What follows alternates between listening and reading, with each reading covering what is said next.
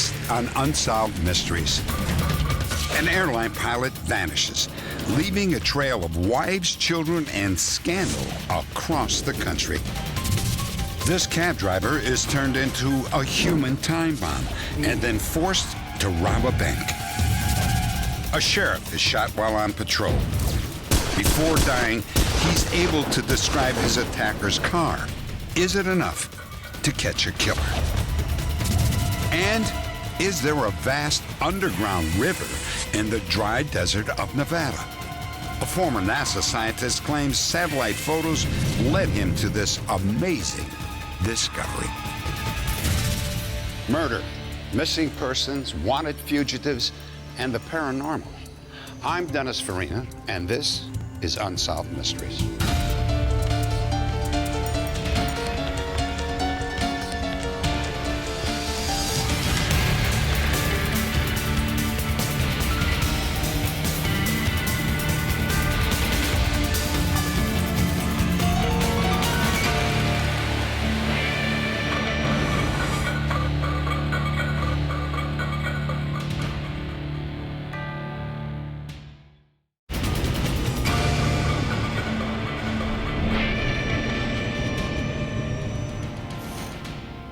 Jack and Caroline Lutter had known each other for 2 years before they were married. Jack was a pilot for United Airlines, Caroline a marine biologist. Then one day, Jack vanished into thin air. I was married to Jack for 6 years and we were together for 8 years. And for most of those years, it was a very happy time. And over time, I grew more and more in love with him, which I thought was impossible to do. I tried to understand the fact that he was a pilot, and yes, pilots are gone away from home a lot. And so many times, if he'd tell me he'd be home the next day and he didn't show up, I would cry and be in tears, because I planned my weekends for him to come home. For 4 weeks, Jack didn't call, and Caroline had no idea where he had gone. The situation became more serious when their son Jonathan was diagnosed with a hernia and needed immediate surgery. Caroline called the airline to try to find Jack. When she spoke to his supervisor, she got news she never expected. Other women had also been calling about Jack Lutter. It was a terrible feeling. I felt very betrayed, extremely betrayed. And after loving him so deeply all these years, I felt that my love for him had been violated. I found out that every single thing he told me were lies. I found out that there was many, many, many women in his life. Some of those women were not just girlfriends. In fact, they were actually married to Jack Lutter.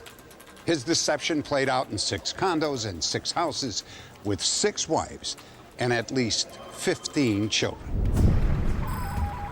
Lutter initially met each of his wives through chance encounters. One of them, Fatima, fell under his spell on an airport bus in Seattle. Gee, there aren't many people on this bus. I wasn't thinking that he was attractive at all. It's just that he was very friendly. So I was looking at him, he just seems like a very nice person. And then he offered his phone number and he asked for my phone number. Just a few months later, Fatima and Jack Lutter were married in Reno. She unknowingly became his 5th wife. They moved to San Francisco where they had 2 children. You don't get much opportunity to have a social life. Lutter didn't marry every woman that he dated. Teresa was a common law wife. They met in Denver, had a child, and then he moved her to El Paso. Like his other wives, Teresa needed a job to make ends meet. We were gonna spend the rest of our lives together. So I never believed he was unfaithful. And he always said that he always hated people that get divorced because he doesn't believe in divorce. Once Lutter disappeared, his wives began calling each other. Teresa and Caroline began by piecing together the true story of Lutter's numerous marriages. His 5th wife, Fatima, investigated a condominium in San Francisco where Lutter's grandfather supposedly lived. There was no grandfather, but Fatima did find the secret stash of Lutter's personal belongings. including explicit sexual photos of his many wives. The whole thing, it was like a nightmare. It was really hard for me to look at the pictures, and it was really hard that I could find out that I was not the only woman. This man is just practicing the same thing that he's saying. It's just no meaning to it. Knowing that letter always left his car at the airport, Caroline took a spare set of keys and searched it. In the trunk, she found checks and mortgage receipts for various properties he owned all over the country. Not only did he have other women, but he had lied to me about his financial situation, too. For him never to have supported me at all in all these 8 years, to have borrowed money from me only to turn around and use my money to pay these mortgage payments. And I knew that many of these mortgage payments were for wives or women living in these homes. And it was my money that he was using to support some of the other women. That I was extremely angry at that. Caroline packed up Lutter's belongings, filed a missing persons report, and asked the police to investigate her suspicions of bigamy. To me, it's unbelievable. The farther I got into the case, the more aghast I was at the job that this guy had to do. Yeah, they just told me. He never missed anniversaries or holidays or birthdays or anything for his children or his wives. It's unbelievable. Hi, sweetheart. Capacity that this man has for detail and his abilities to disengage himself from one family entirely and re-engage himself with another family and take up as if he hadn't been gone at all. Jack Lutter's wives all lived in cities on his airplane routes. His scam had worked perfectly until he was promoted. And then his routes suddenly changed. His complex web of lies began to unravel. Lutter vanished, and for 6 weeks, none of his wives heard from him. Then, in the middle of the night, Lutter called Caroline. He said that he was calling from a payphone inside a Cuban prison where he had been held captive after being shipwrecked off the Cuban coast. Caroline knew that he was lying, but she pretended to believe him. 2 days later, Lutter called from the airport. Caroline had planned to alert the police, but that night she decided to confront him first. Hi, honey. How are you? She insisted that they talk in a public place, so they drove to a restaurant near the airport. I want to talk to you. And what about these women? By the end of their conversation, Caroline did not have the heart to turn Jack in. There's a woman in San Francisco, and I know there's also this other woman in Sacramento. Who are they? What I saw in front of me was a man whose whole life had just broken apart. And to me, he was like a wounded, cornered animal, not willing to admit to the truth. We spent the weekend together, and on Monday, he said he was going to go try and salvage whatever he could with his job, and I took him to the airport. Lutter walked down the ramp and out of Caroline's life forever. And then he simply went to one of his other wives.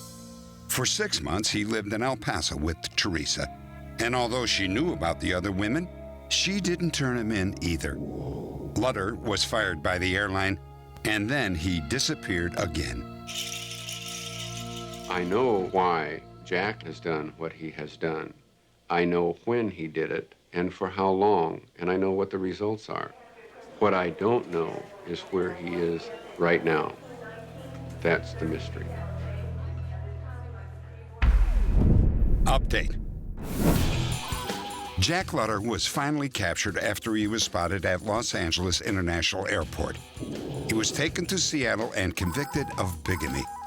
He served his sentence of 90 days and was released on probation. But he disappeared, violating probation, and he failed to make court payments.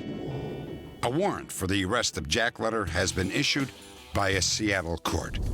Jack Lutter is 6 feet 2 inches tall and weighs about 200 pounds. If you have seen Lutter, please log on to our website at unsolved.com. Coming up, a cab driver is wired with explosives and forced to participate in a bizarre robbery scheme.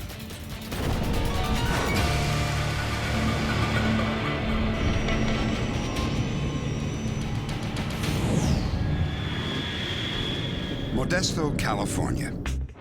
65-year-old Harvey McLeod had been driving a cab for 10 years and had seen just about everything. So he wasn't too surprised when a man in a turban with a phony beard and mustache flagged him down one afternoon. It was just a normal fare. He did have a turban, but we have several of those in Modesto, so I never thought anything about it. Going up to Jamestown. Hey, that's a 50-minute ride. That'll run you $90. I'll have to get that up front. The passenger spoke in a coarse whisper. He only had about half the fare, but he said he could pick up the rest at his brother's house, which was on the way. I have to stop by my brother's place and pick up the rest. Stop by your brother's house, all right. Yeah, just keep driving east. We'll take a left right up here. Lit road? That's right. He said his brother lived on Lit Road, so I didn't think too much about it until he told me to stop after a couple of blocks. And so I stopped the car and turned around, and here that gun was staring me right in the nose. Do exactly what I tell you. Cut the wires to the radio transmitter and get out that door. So I just basically thought it was a robbery. But this was no ordinary robbery. In fact, the mysterious passenger was not going to take any of Harvey McLeod's money. He had bigger plans. His first step was to turn Harvey McLeod into a human time bomb. The gunman chained a black metal box with a numeric keypad onto Harvey's stomach. He ran a wire lead around his neck and clipped it shut. And then he activated the black box. You do exactly what I say, and you'll be all right. You screw up at all, you'll die. And the bomb is remote controlled. All I have to do is dial a number on my cell phone. You're gone. I was terrified. Well, mine was going 100 miles an hour, and I was trying to figure out how am I going to get out of this. 10 minutes later, Harvey was on his way back to Modesto. You're gonna rob a bank. I want you to listen to me very carefully. There's a second bomb in this box. I want you to take this briefcase and the bomb into the bank. I want you to leave the bomb in the bank when you're done. You understand me? Yep. Well, he kept reminding me that he could set this bomb off by his cellular telephone. And me, I don't know that much about electronics, but what you see, you know, in papers and TV, you can do about anything with electronics nowadays, so I believed him. I need to see the bank manager. Sorry, sir, she's unavailable. Can you just have a seat? I need to see the bank manager now. It's important. Sir, excuse me. Please, just have a seat. I need to see the manager. It cannot wait. I understand that, of course. Is there a problem? I need to see the manager. Are you the manager? I am. May I help you? I thought I was dealing with an irate customer because he was agitated. I proceeded to read the letter, and about midway through, it shocked me and it upset me. Did you read this? Look what he did to me. I looked around the lobby, saw how busy we were, and it was very scary that if I didn't do the right thing, that all of us could be blown up as a result of that. The bank manager and another employee filled the briefcase with the exact amount of money demanded in the letter. 10. And then Harvey performed a quiet act of heroism. I didn't want to see innocent people get killed. I couldn't do much about me, but I could at least take the bomb with me and to protect the other people in the bank. So I walked out the door with it. In the back of the cab, Harvey found a list of instructions. First, he drove to a hardware store and parked the cab, leaving behind the cash and the car keys. And then he walked half a mile to a payphone.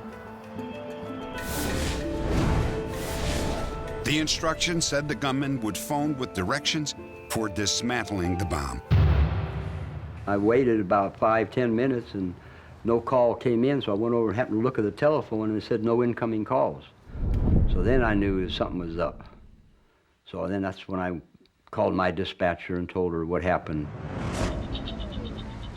Within minutes, the police were on the scene and the area was being evacuated.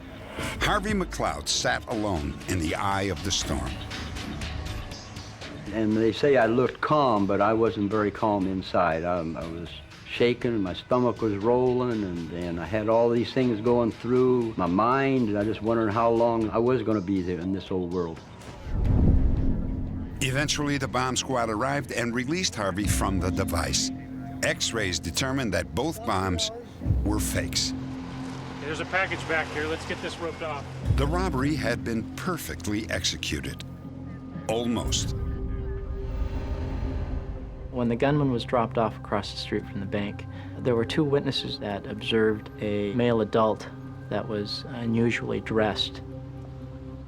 They thought at first that since there was a bank in close proximity, that possibly someone was having a birthday party, and they hired this person to do some type of gig for them inside of the bank.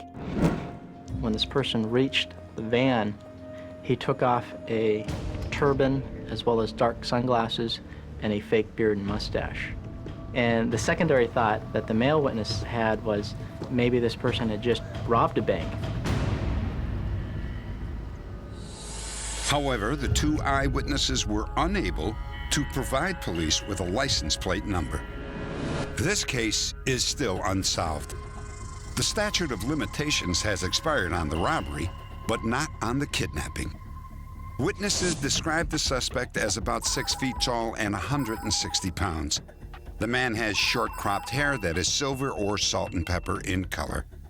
If you have any information, please log on to our website at unsolved.com.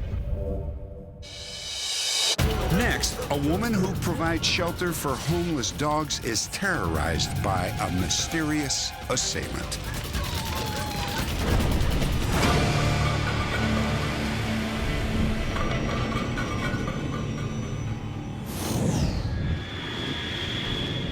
Bonne Terre, Missouri. This 110-acre farm is Mabel Wood's dream come true. Mabel is a dog lover, so much so that she set up a sanctuary in the country for dogs that would otherwise have been impounded and possibly put to sleep.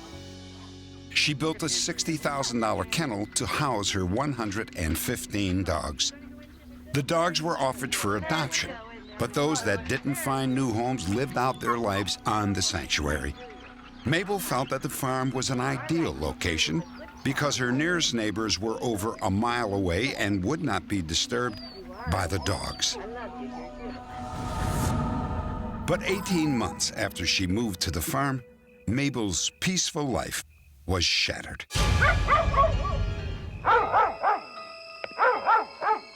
One night, someone broke into her kennel.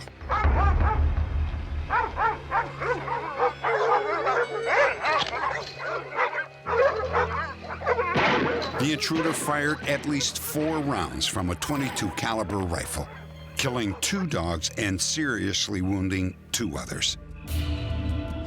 The next morning, when I went up to open the kennel, I found my dogs dead. In the beginning, I thought, oh, there's been a fight. They killed each other. But as I looked, I realized that they had been shot. He was shot right in the nose. It's a miracle that he's even living, because he was laying in a pool of blood when I found him. I was upset about it, and I called the sheriff's office, but I knew there was really nothing that could be done at that point, probably. Police investigated the shooting, but because the killing of an animal is only a misdemeanor, the case was given a low priority. After the shooting, Mabel hired a man named Charlie Jacobs to help out around the kennel. Charlie moved into the guest house and doubled as a hired hand and night watchman. Come here, girls. For 2 months, nothing unusual happened. Mabel and Charlie settled into a comfortable routine. And then one night, Charlie was in his kitchen when he noticed a bright orange glow through the window. What the hell? The kennel was on fire.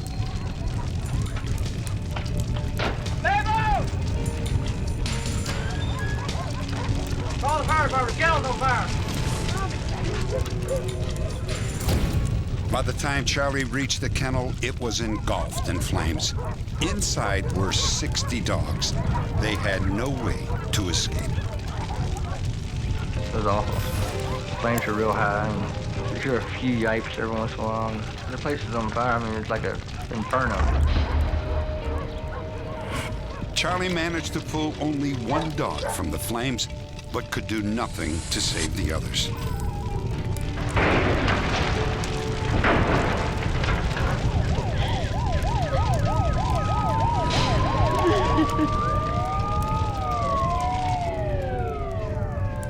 There was no reason for the kennel to burn because the kennel was so new. A great deal of it was green lumber. I knew it had to be arson because the dogs were blazing, which they would not have been without something put on them. 136, Tom 110. The fire was so intense that it set off smoke alarms in homes over a mile away. Have you had any problems with anyone recently? No, we haven't. Have you noticed anybody around the property?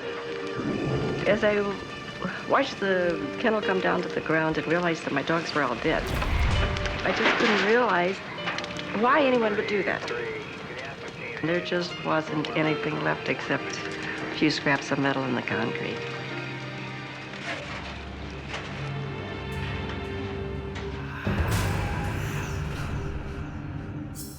The local volunteer fire department began an investigation.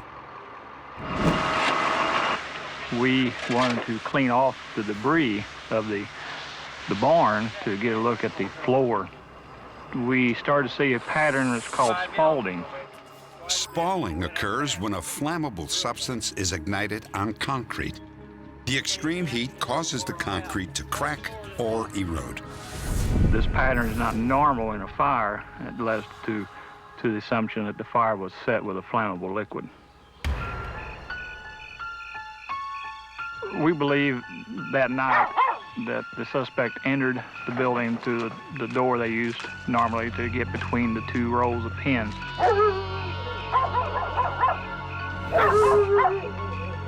He entered the building, poured a flammable liquid down the walls as he went in. The hallway led to a bigger open area at the far end. He continued pouring the wall. At that point, that's probably when he lit it, and then he took off.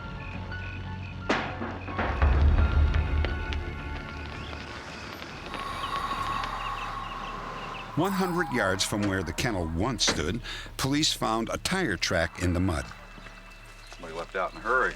This track and the spalling patterns burnt into the kennel floor are the only evidence police have in this case. That's radio wind. We don't have any leads, don't have any suspects that haven't been eliminated. Most of the people that you find in this part of the country are dog lovers. We have dogs, we have hunting dogs. We care a lot about our dogs. There's people in this county who would shoot you a whole lot quicker over their dog than they would their wife. Within 10 months of the fire, Mabel had built a new kennel. Our concern for Mabel's safety is an ongoing thing. We keep an eye on that lady. We keep an eye on her property.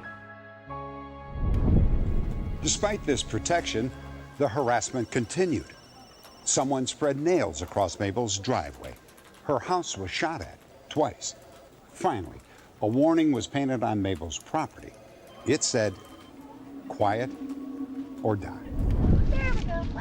But Mabel stood her ground. I thought about it, and I decided this was a perfect farm. It's very pretty. I've got the creek, which I love. I decided I am not going to leave. It is my farm. I bought it, paid for it, and I'm staying. The person who burned down Mabel's kennel has never been caught, and the case is still open. If you have any information, please log on to our website at unsolved.com. Next, controversy surrounds a former NASA scientist who claims he's found a vast, untapped water supply in the middle of the Nevada desert.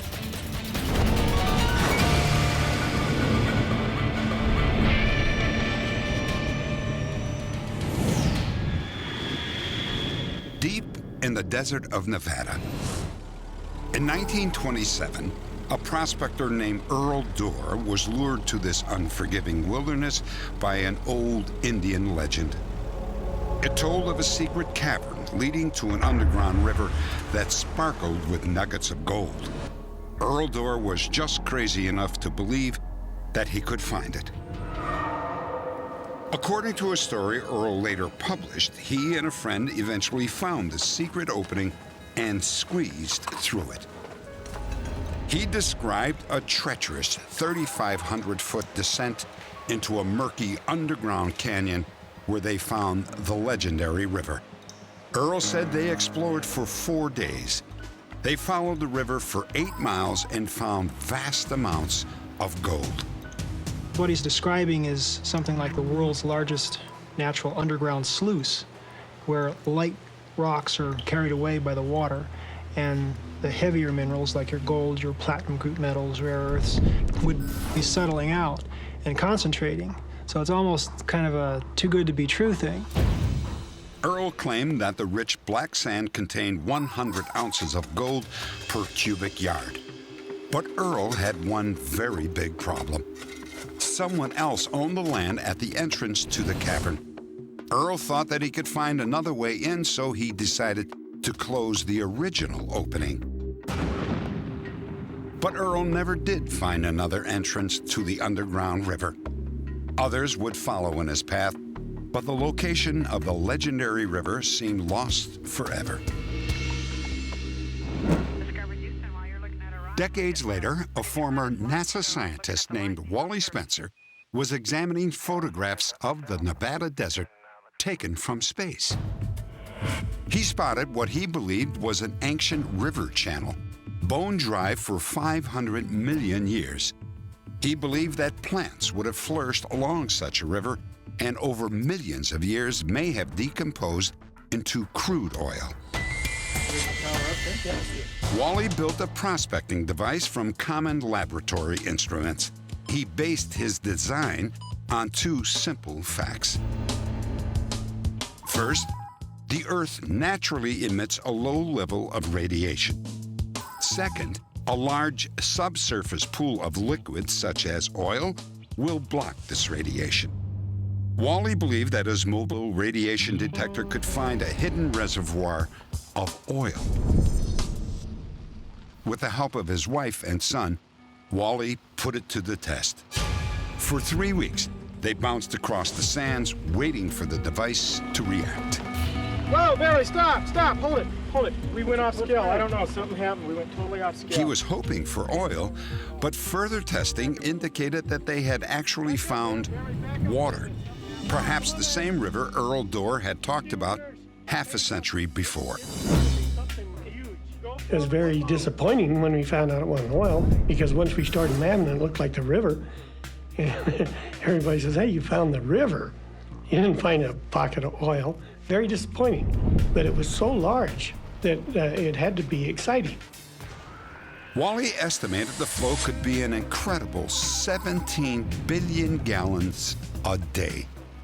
There is enough water for 170 gallons a day for 100 million people. Now that has got to be something that is extremely of interest to the western United States, to Nevada, to our nation as a whole. In Nevada, water is as precious as gold. Wally Spencer was certain that he'd discovered a priceless resource, one that promised to make him rich. But Wally soon found himself in a bureaucratic standoff with the state of Nevada. Nevada law required that anyone drilling for water had to first apply for a permit, and that meant revealing the river's location. Before doing so, Wally asked the state officials to guarantee that he would receive a finder's fee, even though the state would own any water that he found. However, authorities insisted that Wally apply for a drilling permit just like anyone else. No promises, no guarantees. If I filed for appropriations permit, it could be denied on any kind of whimsical notion the state has, like not in the best interest of the people, or not in the best interest of the state. They would own it. I would have nothing. There's nobody going to try to rob him of his water rights. There might be other speculators out here that might also claim, but he has priority if he files the proper documentation, and a lawyer can help him do that. You really think it's necessary to do all Wally and his wife, Beverly, were concerned that others might try to steal the secret of their find. They asked 2 experts to scan their house for bugs. According to Wally, the sophisticated equipment picked up a bug on the phone line. You see? It's the kind of thing we're talking about. Wally and Beverly also say that the investigators found a high-tech listening device hidden in their living room. They were trying to probably find out the location. We never discussed the location of the water. It's not in our vocabulary. So I don't know who did it. I don't know why they did it, but they haven't gained from it. Scientists who have worked with Wally believe that he is totally credible, though Nevada state officials question his account. He has never revealed his technology. He can't show where the water's coming from. He can't show where the water's going, and he won't reveal the location. So it's not a lot different than the guy that's walking around the desert with a willow stick dowsing for water, or the guy that's walking around the crust of the earth with a turquoise bead on a gold chain witching for water. Wally's one of the true scientist problem solvers that you can run into. He's the type of guy that doesn't run to the textbook to pull out the equation to solve the problem. He takes Newton's equations and he derives what he needs out of them to solve the problem. So he's a true scientist. You know, I'd like it to be true. I mean, I don't think you'll find anybody in Nevada that wants to find water resources like Wally has described. But you have to be practical at the same time. And the way to be practical is just simple questions. Wally, what have you found with that technology? And the second thing is, let me see it. Update. Wally Spencer died in 2003. His wife, Beverly, has since filed 16 water rights applications, which are still pending. Beverly remains convinced there are 20 million acre-feet of water running under the Nevada desert, beginning in British Columbia and emptying into the Pacific Ocean. Is there a huge river flowing beneath the desert in Nevada? While some say the idea is far-fetched, Wally's family believes it is only a matter of time before they'll find water.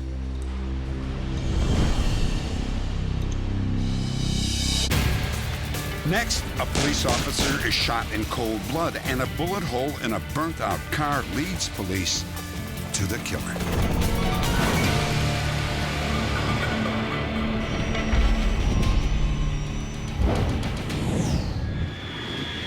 Lee County, Virginia.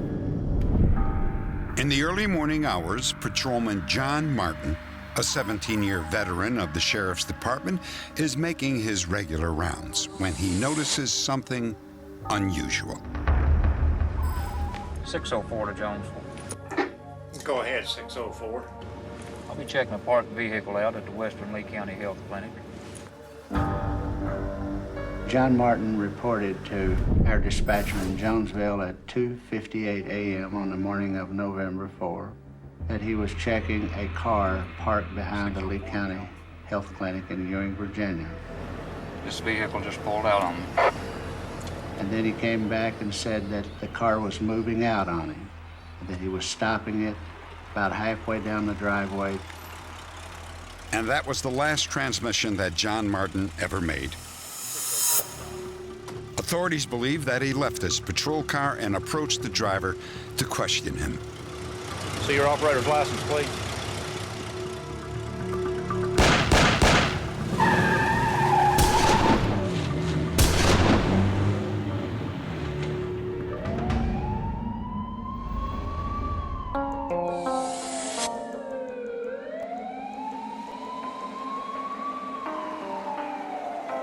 When I arrived at his location, I found Officer Martin lying in the driveway of the clinic.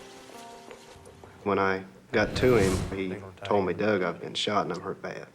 I contacted the dispatcher and had a rescue squad dispatched. I knew at the point when I found him, he was probably critically injured, and it was very important that I be able to maintain the scene and to be able to get what information I could from him while he was conscious. Did you see who did it, or did you get a description of the vehicle? He was in his mid-20s, had a mustache. I'd asked him about the automobile and about the tag. He could not read the registration numbers from the tag, but he was able to give me a rough description of the vehicle as a Buick, light brown or tan, 1970 to 1977, perhaps one of the large Buicks. Martin was able to give Officer Parsons one final piece of information about the license plate. It read, Land of Lincoln, the motto for the state of Illinois. Did you shoot into the car or shoot anyone? Yes, I shot at the vehicle.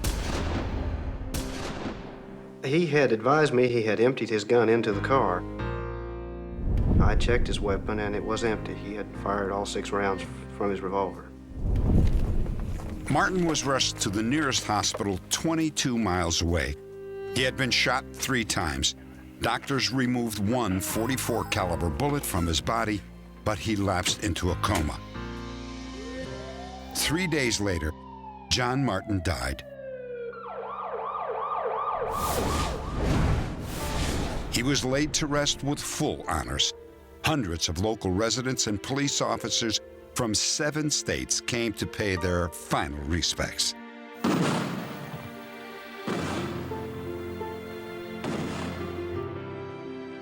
I just thought it wouldn't happen to him. We had talked about it, but it don't feel real. Out of this, we're hoping that we can possibly catch whoever done it. That's our main priority right now. That's all we want. The next day, police in Effingham, Illinois, impounded a stolen car burnt almost beyond recognition. Inside, they discovered evidence that indicated that this was the car used in John Martin's killing.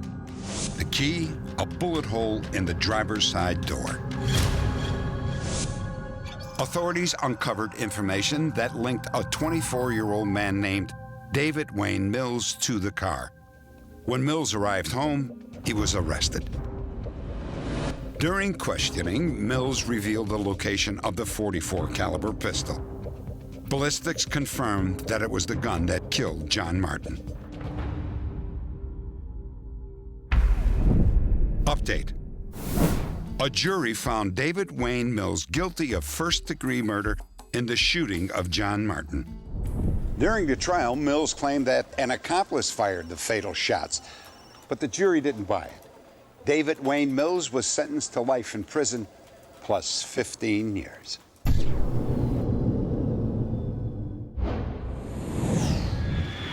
On a previous broadcast, we profiled a young English woman named Delia Fossani.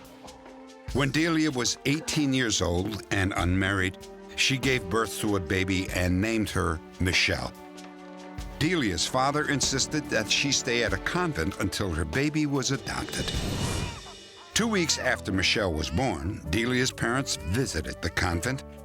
Delia hoped that once her father saw the baby, that he would let Delia keep her. But he wouldn't even look at his granddaughter. In the end, Delia had no choice but to give up Michelle for adoption. You've only got 30 minutes to say goodbye. What you try to do is look at her face to burn the impression into your mind, but you're feeling her body because that was the last time you're going to see her. 1 minute I had a baby, the next minute it was gone. 2 photographs were all that Delia had to remember Michelle, and she never stopped trying to locate her. Delia eventually learned that her daughter had been renamed Laura. An adoption official agreed to send her a note that Delia had written. In the brief message, Delia asked Laura to watch her story on Unsolved Mysteries. On a chilly spring evening in 1964, Delia Fossani sat in her favorite... In New York Mills, New York, on the evening of our broadcast, Delia's daughter, Laura Franklin, was watching. That was just the way they did things then. They just There she is. left the responsibility with the girl. When I found out my birth mother was searching for me, it was pretty touching to know that she had looked that far to try to find me. If you have any information, please call our toll-free number. After the broadcast, Laura contacted our phone center and asked to be put in touch with Delia. A few weeks later, Laura, her husband, their 2 children, and many friends assembled to greet Delia after a long flight. There was a lot of anticipation, a lot of what's she gonna think when she sees me, and what is she going through right now?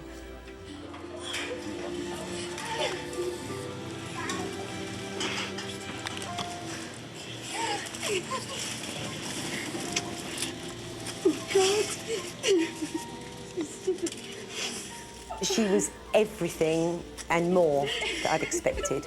Absolutely everything. She's a beautiful girl. Proud of her.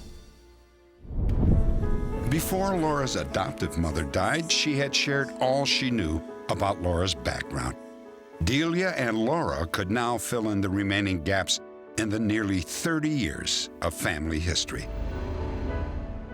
Finding my birth mother now, I don't think has really changed my life as much as it has probably enhanced it, because now I can find out some about my past and my history and things that I never thought that I would ever find out about. I can't replace her mother, but I'd like to think that I could be pretty close. This reunion was only the beginning. Laura and her family also made plans to travel to England to spend time with Delia and her many other new relatives. Many of the other cases are not yet resolved.